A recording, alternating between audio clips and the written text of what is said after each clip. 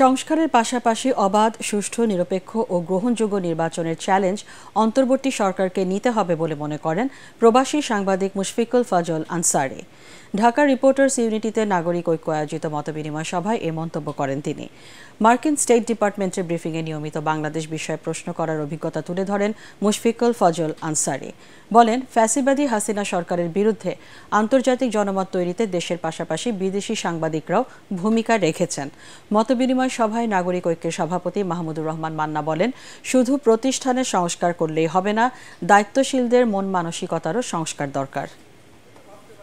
যুক্তরাষ্ট্র কিন্তু চেয়েছে যে জনগণের আকাঙ্ক্ষার যাতে বাস্তবায়ন হয় এবং জনগণের আকাঙ্ক্ষার বাস্তবায়নও বাংলাদেশে 5ই আগস্ট হয়েছে বলে শেখ হাসিনা তাদের নির্ধারিত তাদের কোট করছি যে তাদের স্বামী, তাদের পররাষ্ট্রমন্ত্রীর ভাষায় তাদের স্বামীর দেশে চলে গিয়েছে।